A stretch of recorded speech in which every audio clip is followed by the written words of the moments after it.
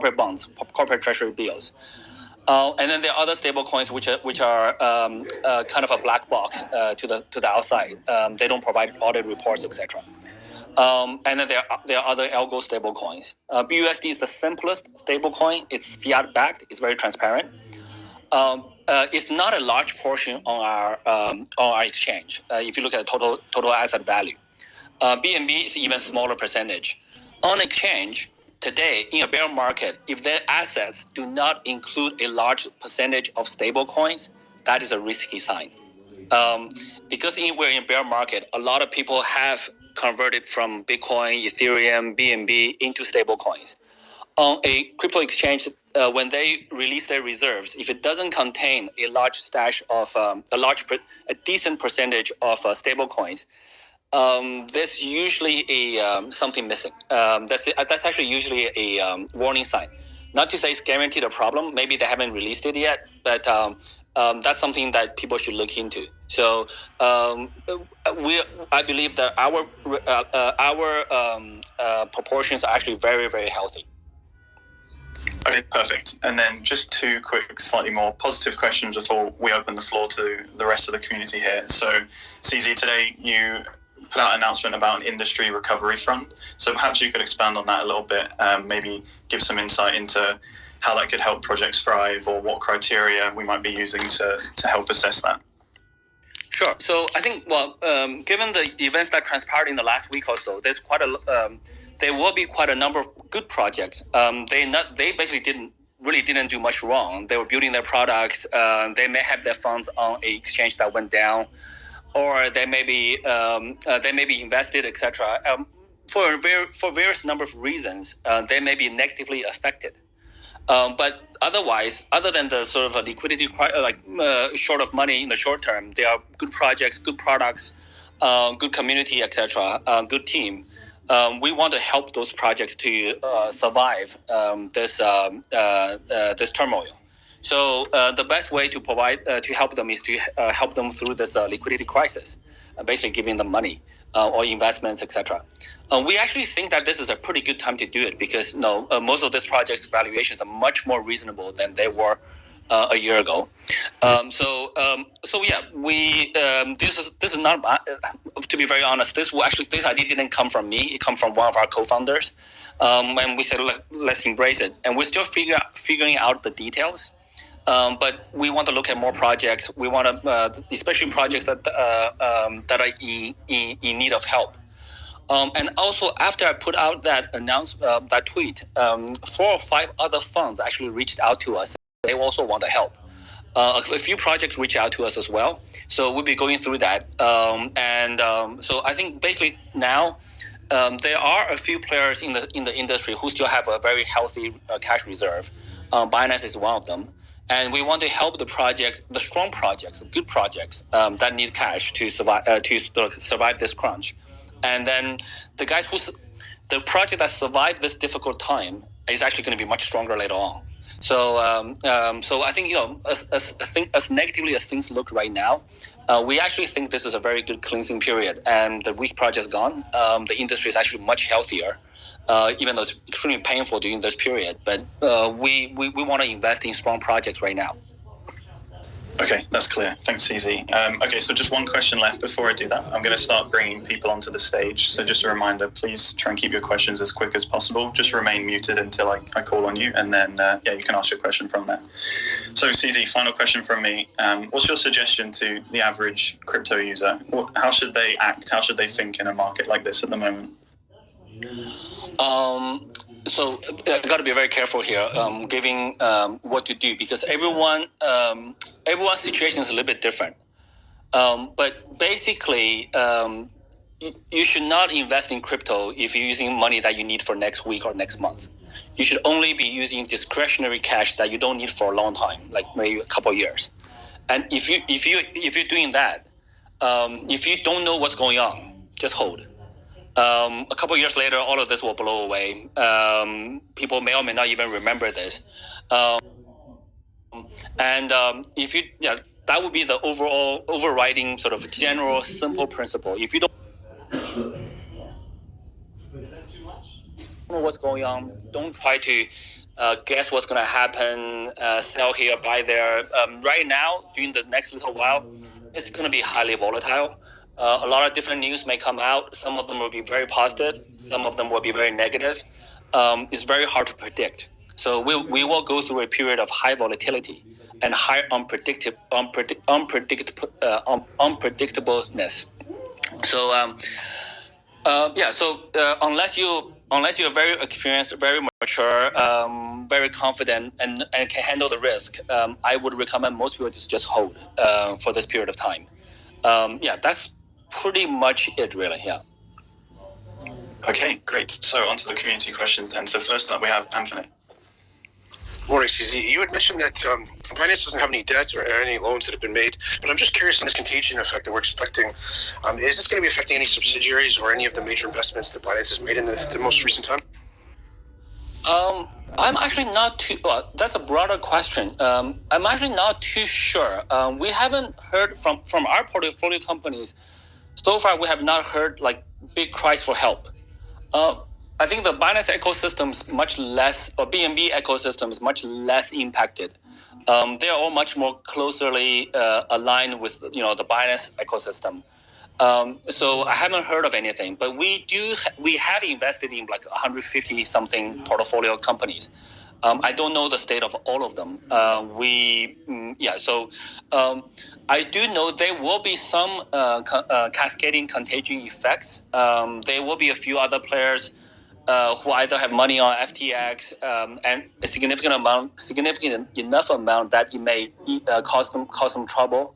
But in this type of situations, the first one to go down is usually the big one. The cascading effects become smaller and smaller. So if we look at Luna UST, that was like $40 billion, $50 billion of value that's being destroyed. The first order of cascading ones, 3 arrows, is like a $4 or $5 billion size fund. And then the third layers are the Celsius, Voyagers. They're like $500 million to $1 billion kind of, so $1 billion kind of range. So each time it cascades, it's more spread out and smaller.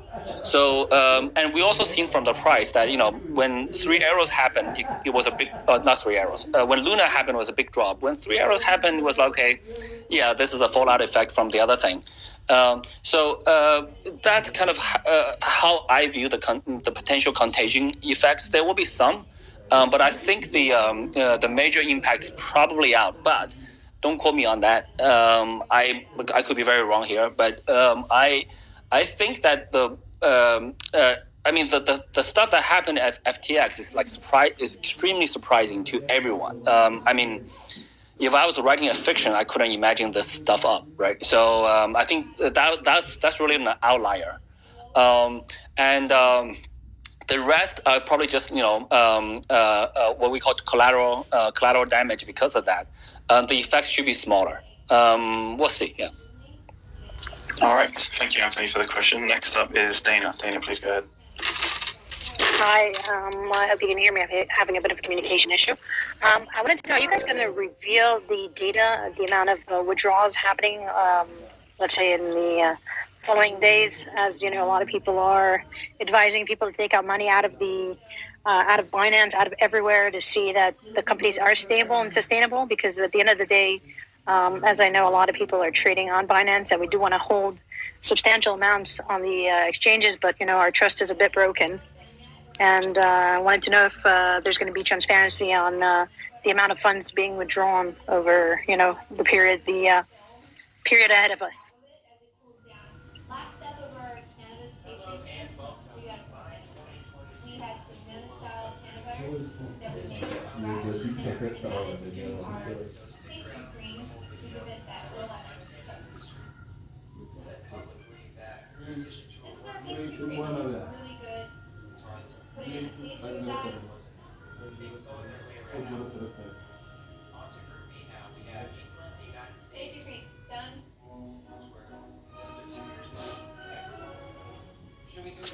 Okay, Dana, sorry about that. It seems like we've lost CZ. Give me a second. Oh, sorry. I was on mute. So we published our cold wallet addresses a few days ago, and there's many third-party platforms that tracks those addresses and transfers on those addresses very carefully. I think there's been no news about significant withdrawals from those addresses in the past few days. And whereas there has been news about significant withdrawals from other exchanges who have disclosed their addresses. So I think you guys can see that on Binance, for us, it's business as usual. We do see a slight increase in withdrawals. But it's not like, whenever prices drop, we see a uptick in withdrawals. That's quite normal. So for us, this is like kind of very in line with price drops. We have not seen 80% withdrawals from a cold wallet or 50% funds flowing out from our platform, where it may be happening in some other smaller platforms. So for us, it's still business as usual. The addresses are fairly transparent. People are tracking it. That's pretty much it. Yeah. Great, nice and simple. Thank you, Dana, for the question. So I'll hand the mic over to RSA BTC.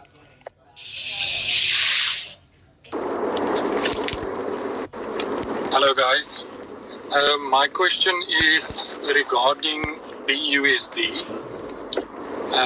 CZ, can you tell us if I have my BUSD in cold storage and let's say hypothetical Binance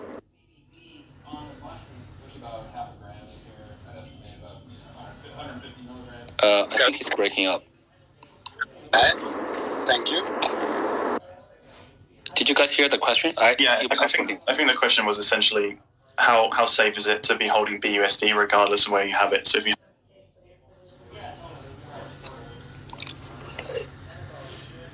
Sorry, I think I got muted there. Did you hear that, CZ? So if you want to hold it in BUSD regardless where, and then you got cut off. If you want to hold it. Oh yeah, go ahead. I just like to know if I hold BUSD in my cold wallet and let's say hypothetical Binance goes under, can I go to Paxos and claim my BUSD back from Paxos? Yes, absolutely. So BUSD is issued by Paxos, and that's the place to redeem it. Thank you.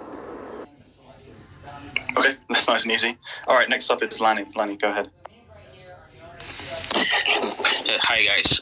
First, I want to say thank you to CZ for all that you've been doing for the community.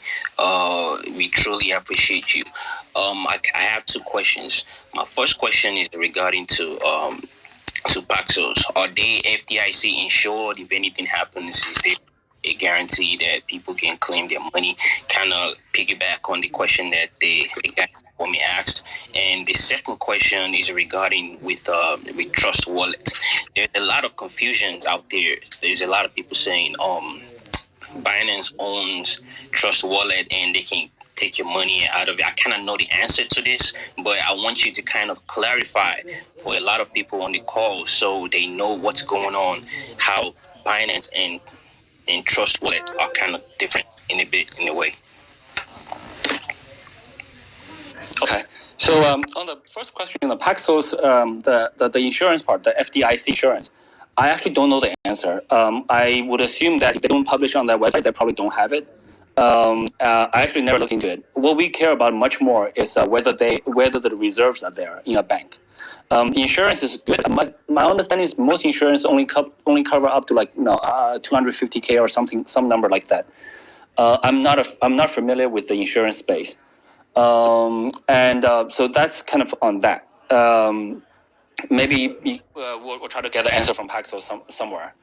And also there has been a lot of crypto companies claiming they have insurance, but I've never seen insurance being paid out to crypto users ever in the past. Again, my information is limited. There may have been cases where I don't know about. So that's on the FDIC insurance part. On the Trust Wallet part, it is much simpler. We acquired Trust Wallet 3-4 years ago. So we do own the intellectual property rights, etc. Of Trust Wallet. But Trust Wallet is an open source self-custody wallet. So you can download the source code, compile it for yourself. You can read through it. Trust Wallet holds your own private keys on your device. It's not part of Binance.com. It's not commingled. There's even Trust Wallet servers do not have access to your private keys or the seeds. And if you lose that, if you lose your wallet, if you lose your device and and lose your backup, there's no way for anybody to help you recover funds. Not Trust Wallet servers, not Trust Wallet team, not Binance.com. This is the same as any other proper self-custody wallet. So that's how Trust Wallet works. Your funds on Trust Wallet is only controlled by you. You need to keep your device secure. You need to not lose it, and that's it. Yeah. Perfect. Okay, just before we go to the next question, for everyone listening, I know there's a lot of people here. I've been getting a few messages on the side saying that audio is cutting in and out. I think there's a huge amount of people on the Twitter space, so it's messing up for a few people. Just want to reassure you that this one will be fully recorded, and we're going to write up all of the important answers and things as well, so there won't be a loss of information. Okay, so the next person on the mic is Crypto Palace.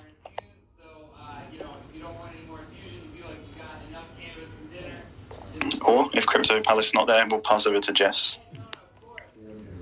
Oh, great. Sorry, I was not ready. Oh, go ahead. Yeah, thank you very much for this wonderful opportunity. Actually, the reason why I'm coming up today is just to ask Izzy. Lately, I was in a space with Mario that has been on for like 48 hours, and I see most of the some people discussing about Binance insecurity, that there are some that Binance is actually regulated, but not following. Hello, can you hear me, please? You're a little bit muted. Maybe you're covering your mic. Okay, can you hear me clearly now? Can you hear me clearly? Much better. Yeah. Okay, good. That though Binance is regulated, but there are some things going on within the website, which I think Tizi already talked about now. If at all Binance is regulated, why are some keynote security risk issue is not addressed on the website? Okay, and they're talking about some certain percentage in BUSD. Why did such huge amount of money, such huge amount in BUSD? Why not in USDT? Okay, and why this issue is going on? I got a message across why the space is going on, that a particular regulatory body is trying to sanction Binance on that particular issue. What is TZ actually doing about that too? And I'll say there's been a controversy on the space of people them giving advice that people should move out their funds from every exchange. Now, peradventure, most of the Binance users moved their fund away from Binance. What is Binance open to do? At the end of the day, will everything still be in place? Because moving the fund doesn't mean they are not attached, or they are not. They will not be using Binance again. But just for security purpose, for the cost to be cleared, probably after the cost is cleared, most of them will still come up, okay, and then start using. But if everyone has advised move their fund from Binance, what might possibly be the outcome from this, Binance? Is it, please? Okay. I didn't quite catch the second question, but I'll try to answer the first and third one first.